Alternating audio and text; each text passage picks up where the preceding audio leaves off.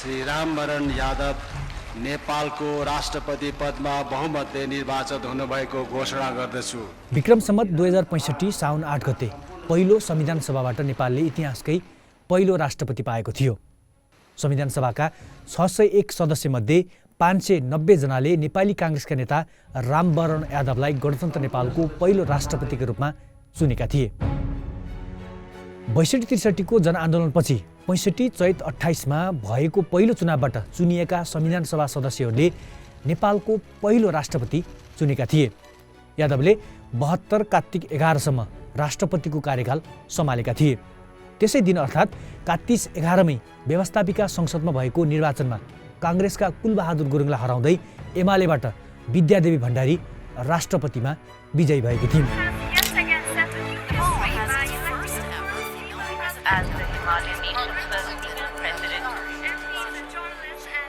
उनी 29 फागुन 2074 मा सङ्घीय र प्रदेश सांसदहरूको मतबाट पुनः राष्ट्रपतिमा विजयी भइन्। Moving on to news from Nepal.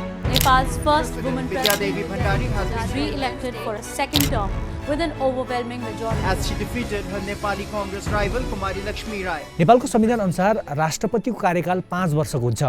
तर सङ्क्रमणकालीन अवस्थामा पहिलो राष्ट्रपति रामवरण यादवले दोस्रो चुनाव नभइकनै 7 वर्ष राष्ट्रपतिको पदमा बसेका थिए।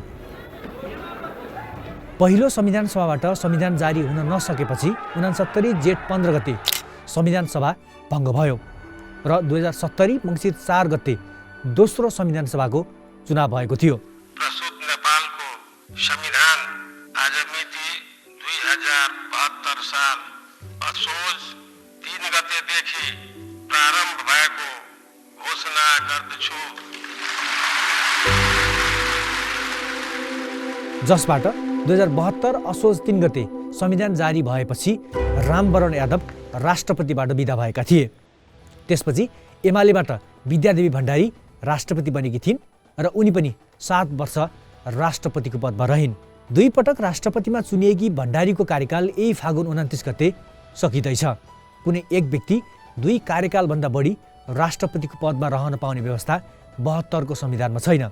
त्यसैले फागुन 25 गते हुने राष्ट्रपतिको निर्वाचनले काङ्ग्रेसका रामचन्द्र पौडेल अथवा एमालेका सुवास चन्द्र नेवाङ मुलुकको तेस्रो राष्ट्रपति हुनेछन्, जसले अबको 5 वर्ष राष्ट्रपतिको जिम्मेवारी सम्हाल्नेछन्।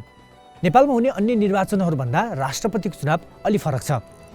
आउनुहोस् आजको भिडियोमा राष्ट्रपतिको चुनाव कसरी हुन्छ र यसमा खस्ने सङ्घीय र प्रदेश सांसदहरूको मतभारको अङ्कगणितका बारेमा जानौँ।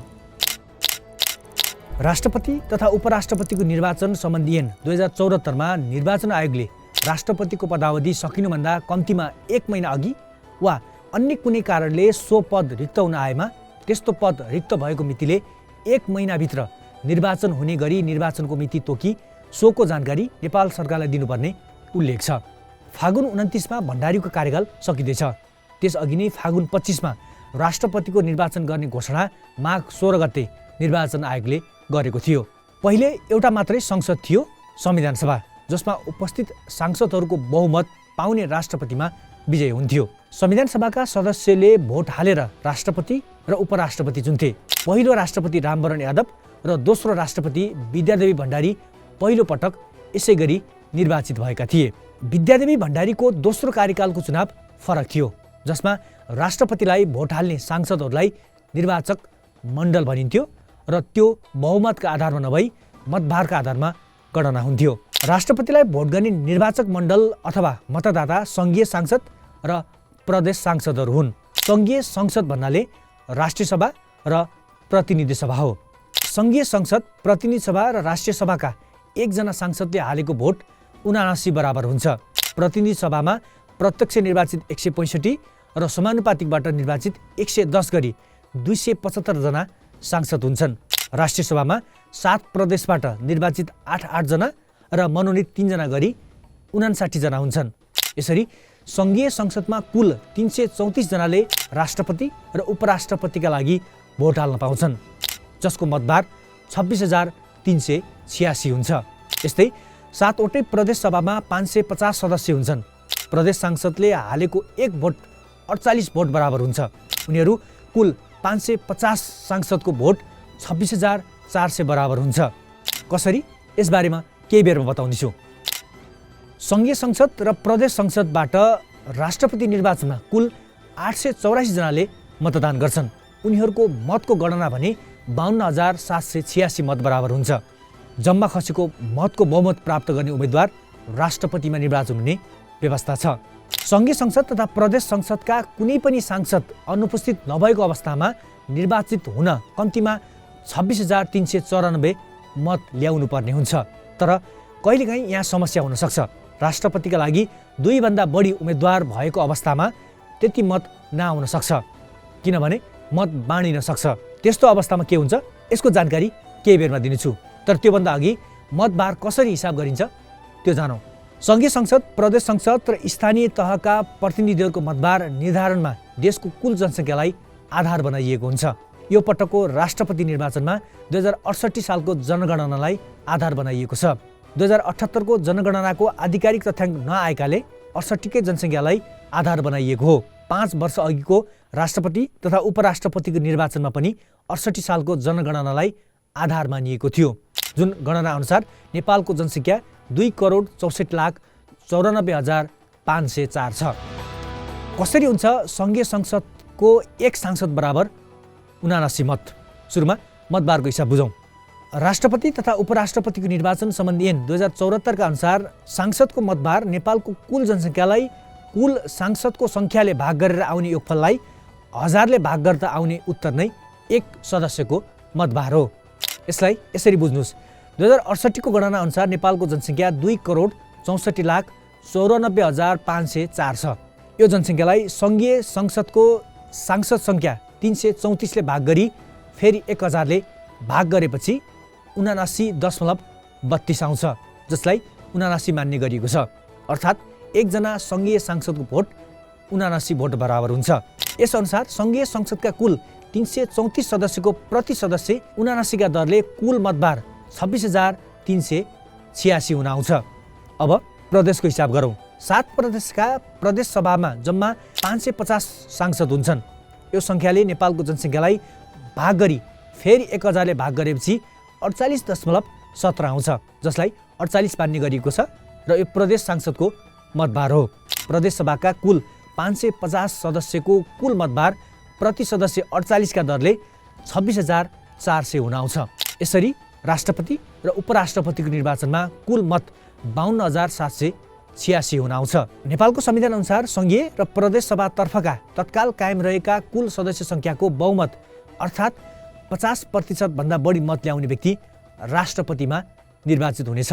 त्यो भनेको जितका लागि उम्मेदवारले 26,394 मत ल्याउनुपर्छ। तर यति मत नआए के गर्ने? अथवा जितका लागि चाहिने 26,394 मत नआउने अवस्था हुन्छ। जब राष्ट्रपतिमा 2 भन्दा बढी उम्मेदवार हुन्छन् यो अवस्था आउन सक्छ। यस्तो अवस्थाका लागि संविधानमा एउटा व्यवस्था छ। 2 भन्दा बढी उम्मेदवार भए पहिलो निर्वाचनमा कसैले 50% भन्दा बढी मत नल्याए सबैभन्दा बढी मत प्राप्त गर्ने 2 जना उम्मेदवार बीच पुनः प्रतिस्पर्धा हुन्छ र बहुमत ल्याउने व्यक्ति राष्ट्रपति हुन्छ। निर्वाचन आयोगले प्रकाशित गरेको मतदाता नावली अनुसार राष्ट्रपतिमा सङ्घीय संसदका 334 मध्ये 332 सांसदले भोट हाल्न पाउनेछन्। सांसद पद खारेज भएका राष्ट्रिय स्वतन्त्र पार्टीका रवि लामिछाने र भ्रष्टाचार मुद्दामा दोषी पाइएका काङ्ग्रेस सांसद टेकबहादुर गुरुङले भोट हाल्न पाउने छैनन्। प्रतिनिधि सभामा 13 दलका प्रत्यक्ष र समानुपातिक गरेर 273 सांसद छन्। काङ्ग्रेसका 89, एमालेका 78, माओवादी केन्द्रका 32, राष्ट्रिय स्वतन्त्र पार्टीका 19, राष्ट्रिय प्रजातन्त्र पार्टीका 14, जनता समाजवादीका 12, एकीकृत समाजवादीका 10, जनमत पार्टीका 6, नागरिक उन्मुक्ति पार्टीका 3 सांसद छन्। प्रदेशसभामा नेपाली काङ्ग्रेसका 175, एमालेका 161, माओवादी केन्द्रका 82, राष्ट्रिय प्रजातन्त्र पार्टीका 28, नेकपा एकीकृत समाजवादीका 24, जनता समाजवादीका 20, जनमत पार्टीका 16, लोसपाका 12, नागरिक उन्मुक्ति पार्टीका 12 सांसद छन्। काङ्ग्रेससँग चुनावी गठबन्धन गरेका प्रचण्डले केपी ओलीसँग मिलेर सरकार बनाए। तर राष्ट्रपतिको पदमा कुरा नमिल्दा प्रचण्ड फेरि काङ्ग्रेससँग नजिक भएका छन्। माओवादी केन्द्र, नागरिक उन्मुक्ति, समाजवादी लगायतका 8 दलले काङ्ग्रेसका रामचन्द्र पौडेललाई समर्थन गरेका छन् भने एमालेका सुहास नेमाङ हालसम्म लगभग एक्लै जस्तै छन्।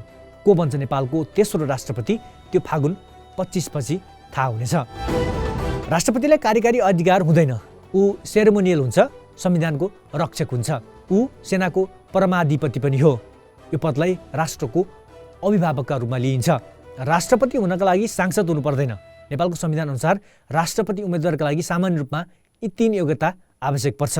सङ्घीय संसदको सदस्य हुन योग्य भएको तर सांसद हुन आवश्यक छैन। कम्तीमा 45 वर्ष उमेर पुरा भएको र कुनै कानुनले अयोग्य नभएको। यस्तै जानकारीमूलक भिडियो तथा समसामयिक विषयमा जानकारीका लागि देश संचारको समाचार पेज www.deshsanchar.com तथा सामाजिक सञ्जालमा देश संचारलाई फलो गर्न सक्नुहुन्छ।